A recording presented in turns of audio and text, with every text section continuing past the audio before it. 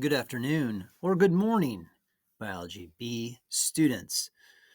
I'm here to show you how to use the good old protein synthesis simulator.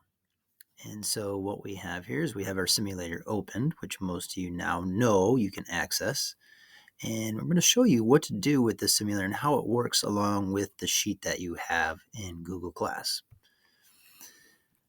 The question on our sheet is, why don't people with DMD make dystrophin? And so we start to look at a little bit of what's going on with DNA and how it works. And so in the investigation, if we scroll down, I know you had questions on dystrophin and sort of some review on what's going on with proteins and so forth.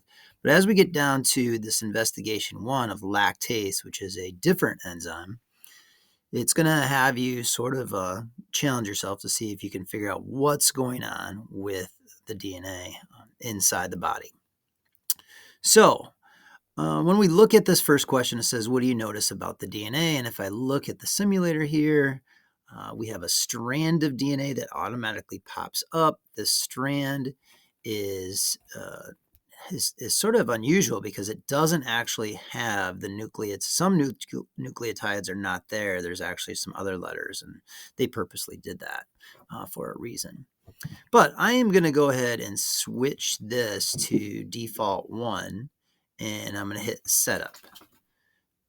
Right away, we see here that the DNA strand that's over here gets placed into this box here, and we can see our different nucleotides, and you're going to learn about nucleotides today with our packet that you're doing, where you're going to be coloring some DNA and learning a little bit of how DNA is put together. This is a single strand of DNA that's located right here. This basically means that the DNA has been opened up and you only see one side. We also have what are called codons, and this is a start codon right here. So start codons are special codons in which usually you'll have a series of letters that will initiate the production of a protein, and this one right here is a start codon. With the start codon, which is TAC, we have that, and then at the very end, we have a stop codon, which is ATT. Now, in order to get this DNA to produce a protein, it has to be transcribed, which means it has to be read by what is called mRNA or messenger RNA. In order to do that, we have to transcribe it. So I hit transcribe and I hit go. Hold on a second here.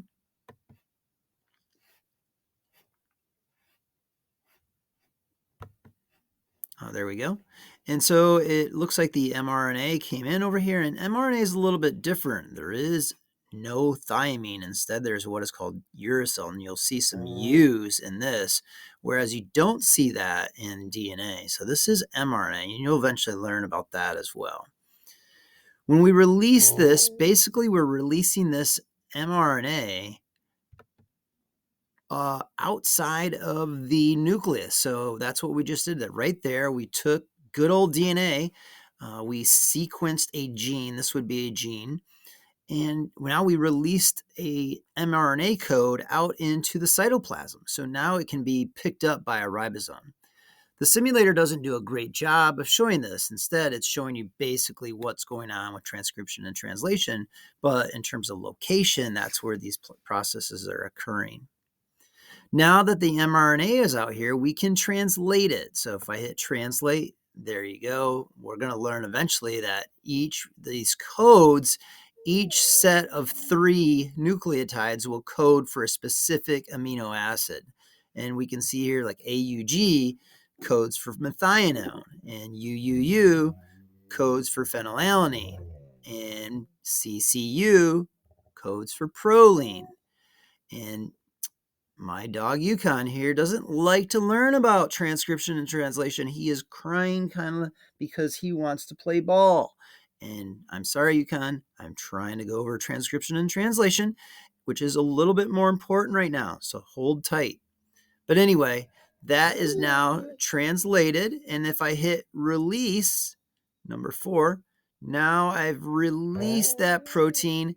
that protein could be released outside of the cell and be used by the body. If it was something like dystrophin, for example, it may be involved in helping out your muscles, but it could be something like lactase, which is used to break down milk sugars. So we just produced a protein there. Now, the cool thing about this simulator is that we can also delete, insert, or substitute different base pairs. So in this case, if we want to do a deletion, we can simply pick how many nucleotides we want to delete, and we can do that. Now let's see what happens if we take this DNA and we do a deletion. So I'm going to click delete, and I'm going to say one nucleotide, also only one nucleotide over here, and it's going to be kind of tricky to pick up. We'll see if we can find it, and it may or may not affect the DNA, because what's going to happen if it deletes it in this section, it would possibly affect it, but if it deletes it down near the end, it's not going to really do anything. So whenever we have that going on, basically the DNA is going to copy itself first. So let's see. All right, so I replicated it with a deletion. Now something definitely happened, because now I don't see that stop codon anymore. So somewhere along the lines here, now if I look and match it up, it looks like I see where the deletion occurred. There was a C deleted, and I'll show you where that is. So let me get my pen up here. And let me see here. So AAA, GGA, TTA, GCT is fine. CTG. So this right here, this C was taken out.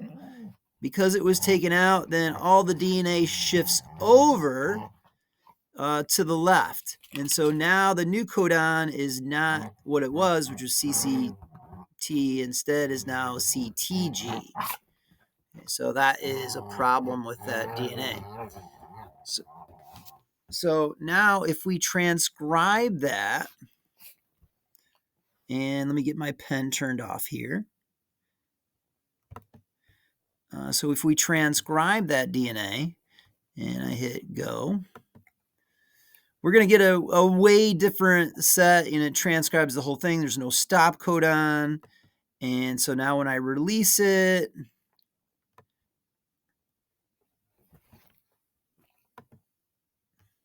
there it is. And then when I translate it, we get a lot more amino acids on this one. It definitely changes, quite a few of the amino acids, especially after where the deletion occurred. Notice that the first 1, 2, 3, 4, 5 amino acids are the same, but then, where that deletion occurred of that C up there, it really pulled the DNA over and changed and altered a lot. So this protein is substantially different just because one base pair was deleted. I can go ahead and release that protein, and who knows what that would do, but that's how that works. All right, so that's how the protein synthesis works on the simulator. On this document here, you simply answer the questions and you jot down what's happening. I believe right here it's asking a default 1. I give you a couple of the amino acid sequences already, and then you just have to fill them in. These down here represent what are called, codons. Each box is one codon.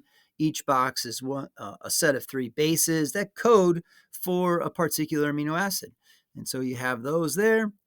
It asks you to try some different mutations, and you can see sort of like which ones are affecting the protein and get a better idea of that. Make sure you fill out your Jamboard today as well. The Jamboard's got some sticky notes on there, and it shows you just some questions about DMD.